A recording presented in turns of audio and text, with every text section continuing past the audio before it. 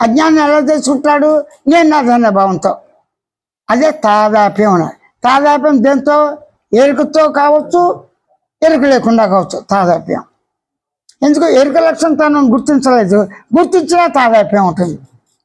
అంటే గుర్తించిన తాదాప్యం వేరు, గుర్తించిన తాదాప్యం వేరు. గుర్తించిన తాదాప్యం అంటే కేవలం అజ్ఞానం, అహంకారం, నేను నాది, స్వార్థం.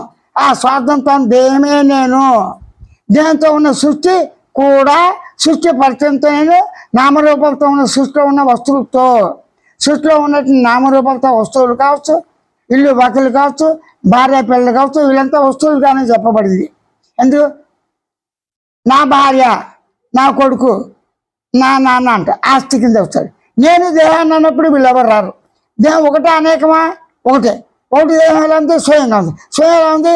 అనుభవిస్తుంది. అనుభవం ఉంది, ఎరుగుతుంది. ఎరుక ఎలా ఉంది? స్వయంగా దేహంగాను, దేహంతో తాదాత్మ్యంతో ఉంటూ నేను దేహాన్ని అని అనుకోవటం సహజమే. అంటే తాదాత్మ్యం రెండు విధాలు. ఒకటేంటి? ఎరుకతో తాదాత్మ్యం పొంది అంటే అంటకుండా ఉండటం ఒక పద్ధతి, అంటే జ్ఞానం. అంటే జ్ఞానంగా తాను ఉన్నాడని అనుకునేవాడు జ్ఞాన స్వరూపంతో సహజంగా ఉన్నాడని, ఎరుకతో సహజంగా ఉన్నానని, స్వరూపంతో సహజంగా ఉన్నానని, స్వయం జ్ఞానంతో సహజంగా ఉన్నానని, స్వయం తెలుగుతో సహజంగా ఉన్నానని, స్వయం స్మృతితో సహజంగా ఉన్నానని, స్వయం సాక్షిత్వంతో, స్వయం గమనితో సాక్షి చైతన్యంగా నేనే ఉన్నాను స్వయంగా అన్న దృష్టి ఆత్మదృష్టి. ఎలాగా? గమనించిన దేహాన్ని గమనిస్తున్నాడు అంటే దేహాన్ని గమనించేవాళ్ళు లేకుండా గమనిక రాదు కదా. అంటే గమనించేవాడిని గమనించడం స్వయం గమనిక, గుర్తించేవాడిని గుర్తించడం స్వయం స్మృతి, తెలుసుకోవాలని తెలుసుకోవడం స్వయం తెలివి, శబ్దంతో భావంతో స్వయంగా ఉండటం, స్వశబ్దంతో స్వయం భావంతో తానే ఉండుట. అంటే స్వయంగా నేనే ఉన్నాను. నేనంటే ఏమిటి? నేనుకేం కావాలి? నేను ఎక్కడుంది, ఎక్కడి నుంచి వచ్చింది, ఎక్కడికి వెళ్ళింది అన్న ప్రశ్నకి ఏంటి జవాబు, సమాధానం? నేనంటే ఏమిటి? ప్రశ్నించేది ఏది? నేను.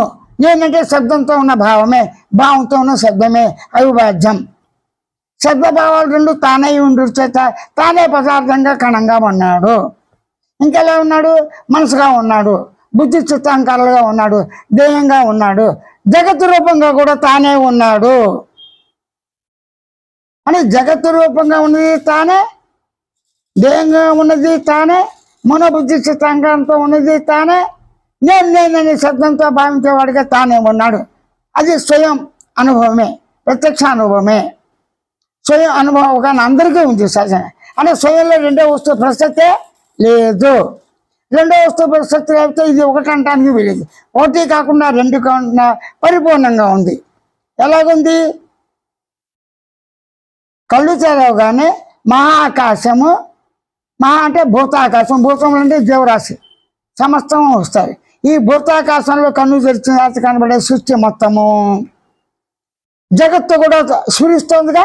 ఈ జగత్తు మొత్తము, జగత్ అంటే భూమి, భూమి ఆకాశాలు నక్షత్రాలు మొత్తం కలిసి ఈ మొత్తం దేహం ఉంటేనే కనబడుతుంది. ఇంద్రియాల ద్వారా దేహంలో కనబడుతుందిగా. దేహం ఎలా కనబడుతుంది? నీకు మనసు బుద్ధి చిత్తాంగం. మనసు బుద్ధి చిత్తాంకారం ఉంది, ఎరుకుతుంది. ఎరుకంటే ఎవరు? మనసే ఎరుక, జ్ఞానమే ఎరుక, శృతే ఎరుక, గమనించేవాడే ఎరుక. డైరెక్ట్గా నేరుగా నీకు స్వయం అవగాహన ఉంది. ఈ స్వయం అవగాహనలో రెండో ఎరుక కానీ, రెండో శబ్దం కానీ, రెండో భావం కానీ, రెండో జ్ఞానం కానీ, రెండో తెలివి కానీ, రెండో ఉనికి కానీ, రెండో ఆనందం కానీ, రెండో చిత్ పదార్థం కానీ, మౌనం రెండోది, పరిపూర్ణం రెండోది అన్న ప్రసక్తే అప్రసక్తం. అప్పుడు ఎలా ఉన్నావు నువ్వు? పరిపూర్ణంగా ఉన్నావు. పరిపూర్ణం ఎలా ఉంది? సత్. సత్ అంటే సత్యంగా ఉంది, వాస్తవ స్వరూపంతో. సత్ ఎలా ఉంది? చిత్ అంటే అనుభవం అనుభూతిగా ఎరుక లక్షణంగా ఉంది. ఎరుక అత్యంత శుద్ధమైంది. గమనించే సాక్షితో నిశ్చలంగా స్వయంగా సాక్షి చైతన్యంతో సంపూర్ణంగా తానే ఉన్నది. అంటే సత్తుచిత ఆనందంగా మౌనంగా పరిపూర్ణంగా నేనే ఉన్నాను. ఇక్కడ కార్యకారణ ప్రసక్తి అప్రసక్తం. తానే ఉన్నాడుగా. కారణం ఏంటి? కారణానికి కారణం ఇవన్నీ వెతకటం మూలాలు వచ్చడం, కార్యము కారణము అనేక రకాల కార్యం వచ్చిపోయేది, కారణం ఎప్పుడు ఉంటుంది, కారణానికి కారణం ఉంది అజ్ఞానం, మూల జ్ఞానం, దాన్ని తెలుసుకోవాలి. దాన్ని తెలుసుకోవాలంటే మళ్ళీ జ్ఞానం కావాలి. అతీతమైనది ఒకటి ఉంది, ఐ ఆమ్ దట్. అలాగే నిద్రాకాల మెలుకు అతీతంగా ఏదైతే ఉందో, త్రిగుణ రహితంగా ఏదైతే ఉందో, పంచకోశాల రహితంగా ఏదైతే ఉందో, పంచభూతాలు సూక్ష్మ స్థూల కారణ శరీరాలతో ఉన్న అవస్థాత్రయంతో కూడి లేకుండా ఏదైతే ఉన్నదో, జ్ఞానహీతగా ఏదైతుందో ఇదంతా వచ్చిపోయే పదార్థమే కాబట్టి స్థిరమైనది కాదు.